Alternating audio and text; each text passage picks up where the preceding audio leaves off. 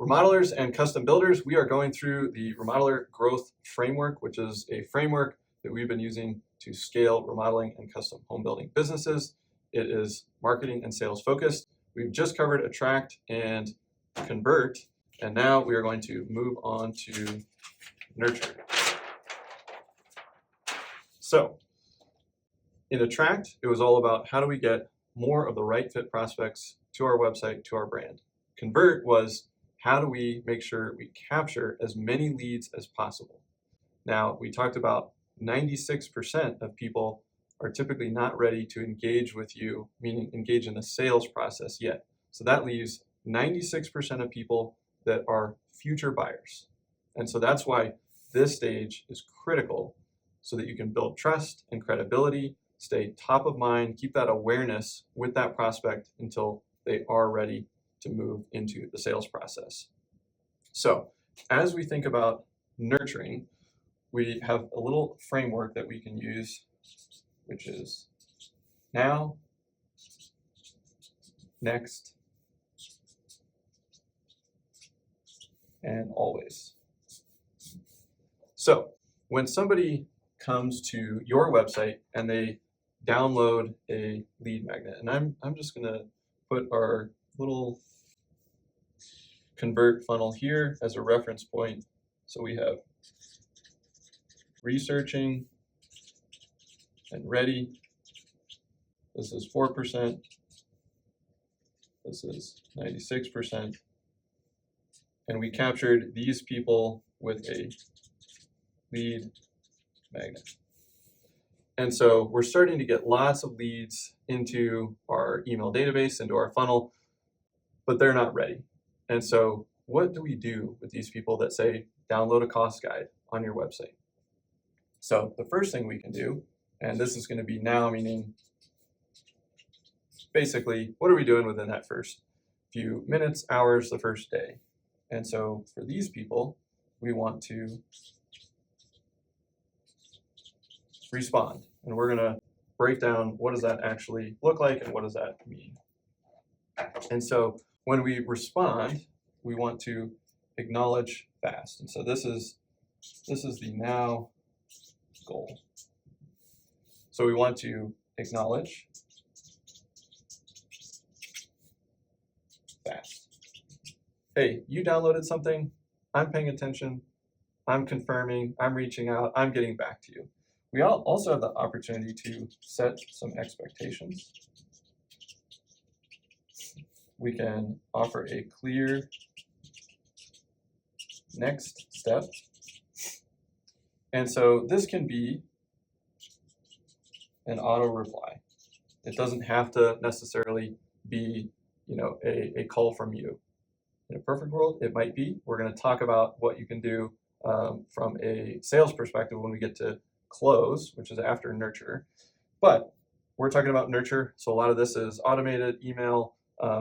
We will talk a little bit about social and retargeting, but a lot of it is email based. And so we can have an auto reply, and this can just simply be thanks plus book a call.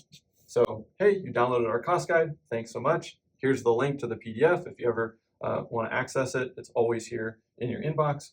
Oh, by the way, if you ever want to chat about your project, book a call. And you have a quick link to a meeting scheduler, or you can say reply to this email to book a call, but that would be your call to action. So acknowledging and then giving them a next step. If you want to add on some nice human elements, you will send a call, or you could record a quick Loom video and you could send that. What that looks like is very similar. Hey, I'm on my computer, I click start on Loom. Hey, it's Spencer with ABC Builders. Saw you just downloaded our cost guide. Here's what you can kind of find in the guide, bullet, bullet, bullet. Hope this is really helpful as you're researching your project. Hey, by the way, if you ever want to do a little bit more of a deep dive, you can always give us a call, reach out. We can talk to you a little bit about your project, maybe talk to you about timeline, some general budget, what to expect, and answer any questions that you may have. And then boom, end of Loom. But now you've added a human touch point, you put a face to a name, you've added a little bit more trust and credibility, and you've also responded quickly. Okay, so that is the now goal. We basically just want to say, we're paying attention, we saw you did something on our website, and we're professional and we're responding really quickly. Then we move to, what do we do next? Most of the time, somebody won't do much with that email other than they'll be glad that they got the lead magnet that they downloaded, and then they'll go on about their day. And so this brings us to next, which is basically days 2 through 45. This is just an estimate here. Here we want to relate. And so we have a goal down here, which is the next goal. And here we want to build trust, reduce uncertainty, and this is for, again, researching leads. And so what this looks like in terms of a cadence is you might have, 5 to 8 emails over, the roughly 4 to 6 weeks. And so you may be thinking, okay, well, what do I send in these emails? And so again, zooming back out, we've got someone that's researching. We don't know if they are days, weeks, months, or years away from being ready. And so we want to jump on the opportunity and kind of assume they may be days or weeks from being ready. So we responded now, just in case they do actually want to book a call. A small percentage probably will just book a call. Many of them won't. So now we move them into next, and we have an opportunity to start breaking out content and answering more questions for those that may be close to being ready. And that's our opportunity to build trust and show them that, hey, we're professional, we're here to help, we can help solve that problem, we can achieve whatever your dream is for this upcoming project that you're thinking about. And so in the content of these emails, we're going to talk about process. We're going to talk about money, budget. We're going to talk about timeline. We're going to show proof. So we're going to show projects. You can talk about who's a fit, planning, tips.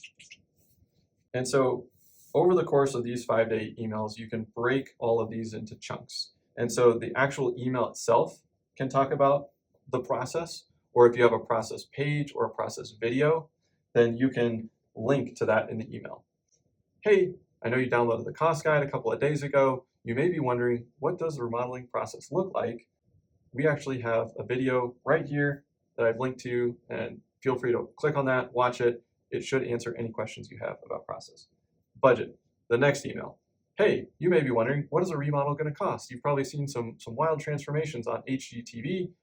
Just so you know, that's not reality. Here's what it looks like in our local market. Here's some ranges for different project types. Hey, you can reference other blog posts you've written. You can just refer back to the guide. You can actually just break out some of that content into the email, but you can address budget and so on. So you can go through this timeline, proof, you can show testimonials or snippets on your website of quotes of happy customers. You can show project spotlight pages where you're spotlighting projects so they can see, hey, you've actually done this kind of work. And so the goal here, again, is building trust, reducing that uncertainty. Hey, this is a real company, they're a professional company, they know what they're doing, they have a process. Always, always, always in these emails, we want to make sure that we have that strong call to action to book a call.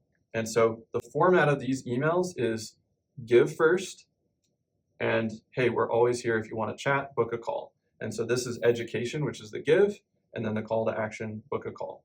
That way, as they're getting this information, they always have a clear next step. And when they are ready, it's super easy and it's super obvious as to what they should do. So we want to be super clear about that.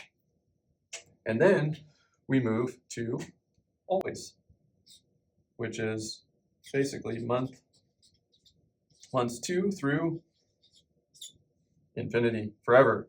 And I do mean forever. So the goal here is to remind. There's an old saying, there was an email marketer that I followed years ago, and he always used to talk about email as we just want to email our leads, email our database until they buy, die, or unsubscribe. And I always remember that, probably because it rhymes and it was kind of catchy. But I think his point is well taken, and we've continued to use this methodology, is if somebody out of all the millions and millions of websites in the world, they happen to make it to your website and they filled out a form, like they're in the vicinity of being, somewhere in and around wanting to do a project. Like they didn't just randomly end up there and randomly fill out a form, with their name, email, and sometimes a phone number. And so there's some level of interest, whether it's pie in the sky project for them, they'll never be able to afford it. They're thinking about it for 5 years from now. It could be in one of those buckets, or they could be like a later this year type of person. And so, yes, we want to be fast, then we want to educate. But then after that, we don't want to be hitting them up every 3 or 4 days with an email that might be a little bit too much. And so we can be reminding them once, twice, 3 times a month on an ongoing basis forever. And if they don't want the content, they can unsubscribe. And eventually, some of them will move down into the ready stage and they'll book a call. So what is the goal of always? So we have our always goal. And that is to stay top of mind until timing is right. Here's the thing about a $150,000 remodeling project. Most people don't need that. They want it. They want to do it. And if they want it and they don't need it, usually the timing of that can expand. It can go for a long time. If you need water, you're going to get water right away. If you want water, you can be a little more patient. And so with remodeling, you want to do that big project. And so we're never going to be able to control the timing. As much as we want to, they're going to do it on their own. And so that's our job as marketers of our business to always be in front of them so that when the timing is right for them, we can pull them right back into our world. They go right into the sales process and we move forward. But if we don't stay in front of them, 2 years from now, when timing is right for them, they have forgotten about us, they redo a Google search, they find a different company, and they hire that company. And it's really unfortunate because we converted them 2 years prior on our website, and then we just didn't do anything with them. So this process of staying in touch with someone via email, it sounds like a lot to think about staying in touch with somebody for 2 years. But with the tools we have today, we can do this ongoing in a one-to-many fashion. And so you just set up a system where you do a little bit of work and effort every month, but it has a massive reach because it's across your entire database. And if you remember back to Attract, if you're doing a good job of building your own ring, your own traffic ring, email list is at the core of that. So we have our always goal, which is to stay top of mind. And so you may be thinking, okay, what's our cadence here? And it's really, 1 to 2 touches per month. Now you can do more. I think that 2 is probably the sweet spot based on anecdotal data that I've seen from all of our clients, but you will want to test it. And so you can slowly ratchet up the cadence. And if your unsubscribes start to go way up, you may be sending a little bit too much. And then if your unsubscribes are pretty low, you could test, ratcheting that up. So you could get up to weekly. If you're doing segmentation, you can definitely send more emails, but it will just be going to different parts of your email list. And so that will feel more personalized to them, but the volume won't be so high. As a general rule of thumb, if you have a monthly newsletter or twice a month newsletter, that's a great place to start. And then you can achieve the infinity here in terms of reminding. So what are we including in these emails, which is the content? So this is going to be, it could be project spotlights, PSLs, project spotlight pages. This could be testimonials. This could be awards. This could be blogs that you've written, educational content, seasonal related topic or nudges. It could be just offers. It could be events. So if you are hosting a seminar or webinar, or maybe you are sponsoring one of the local home shows. And so what you're trying to do through all of this is, again, add value to them. Or in some of these cases, an award doesn't necessarily add value other than it shows credibility. And if they do hire you, it's adding value to their research process, knowing that you should be in their consideration step.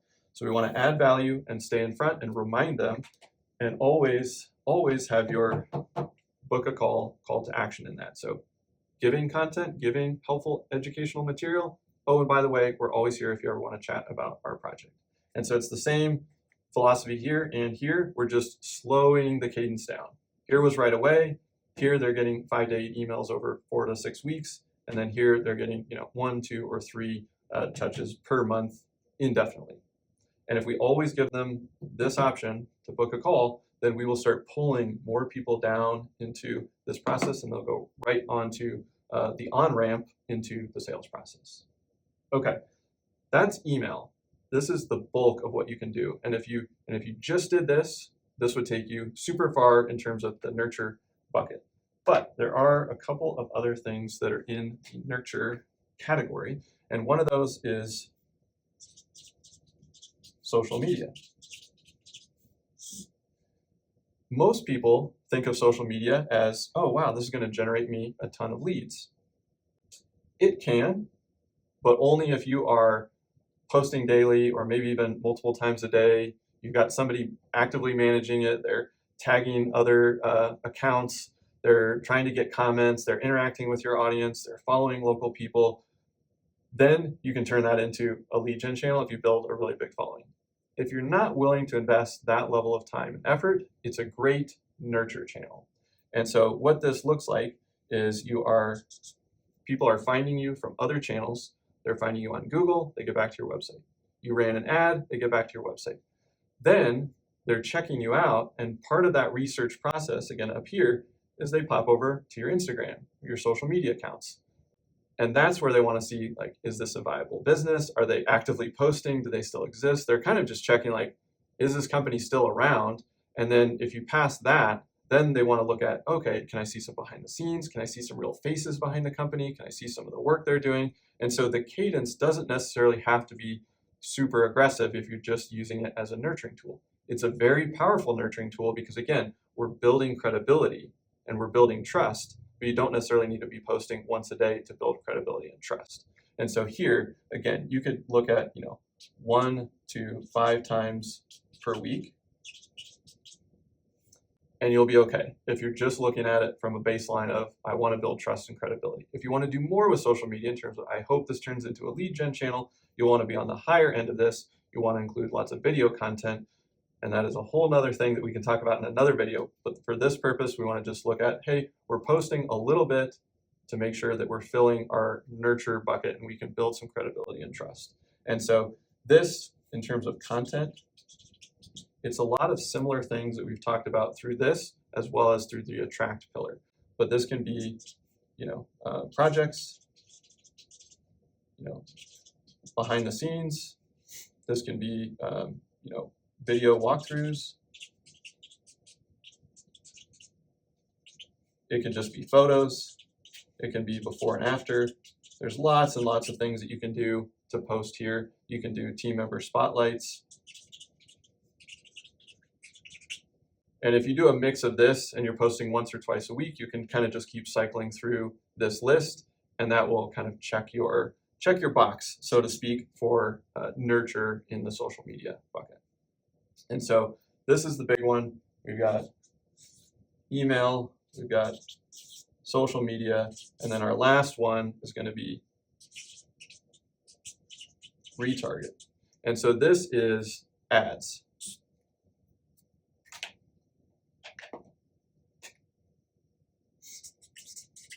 And so this is a nice way to, when people have been to your website and they've converted, but they're just up here, it's another way that we can get your company and your brand top of mind awareness.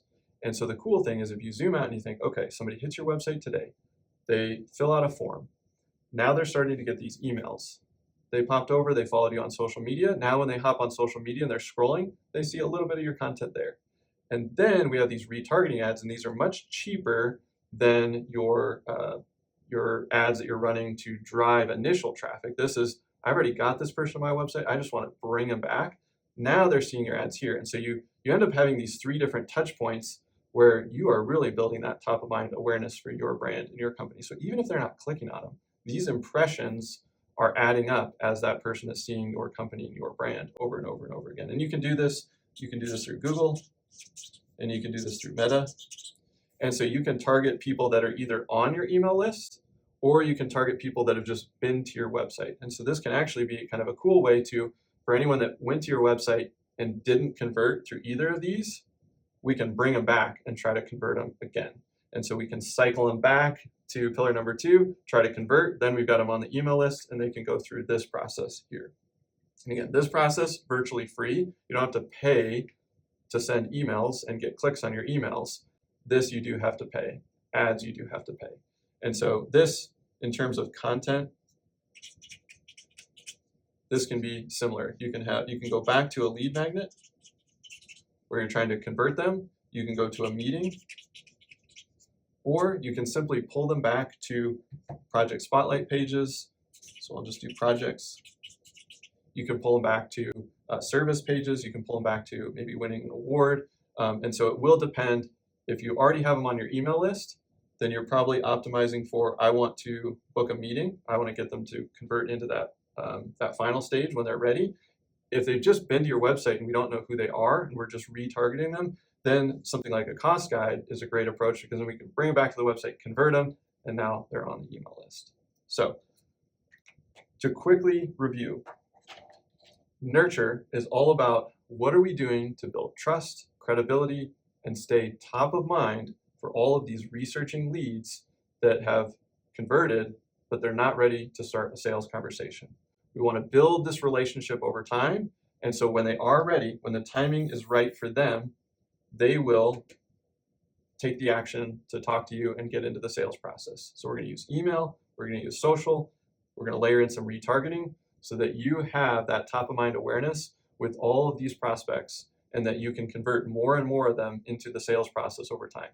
Now, a lot of you may be thinking, wow, this seems like a lot of work for people that aren't even ready to buy. I cannot even tell you the number of people that will be on an email list for months or years, and then they will convert. We've had numerous clients have people on their email list get newsletters for 2 years, and then all of a sudden they pop up like it's kind of out of nowhere, and they're like, hey, we want to talk about this project, and then it's $500,000. It's $1 million plus custom home.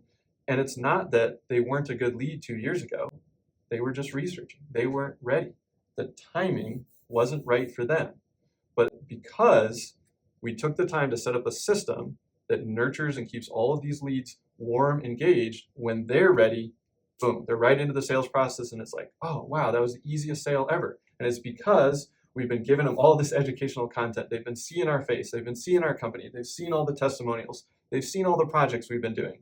Of course, they want to hire you and go with you. So this is one of the most powerful pillars in the framework, because it can take all of these people and convert them into projects. So that is the nurture pillar as a part of the Remodeler growth framework. In the next pillar, we're going to get into sales and talk about closing. See you in the next video.